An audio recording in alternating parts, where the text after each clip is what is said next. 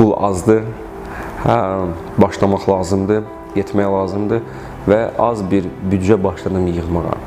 Yığdıqca təbii ki, məhsulları falan başladım daha yaxşı eləməyə və böyük bir rolu orada energetika oynadı.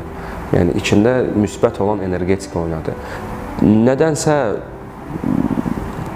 yaxşı düşünürdüm, arzulayırdım çox şeyləri, sevə-sevə eləyirdim və çox şeylər qabağıma gəlib çıxırdı. Siz oturub danışanda, negativ danışanda, ölkəni pisləyəndə falan sizə heç vaxt yaxşı olmayacaq həyatınızda. Heç vaxt yaxşı olmayacaq və heç nə yaxşı olmayacaq. Amma siz pozitiv düşünəndə, mən çalışıram bir günüm mənim belə gülüşsüz keçməsin.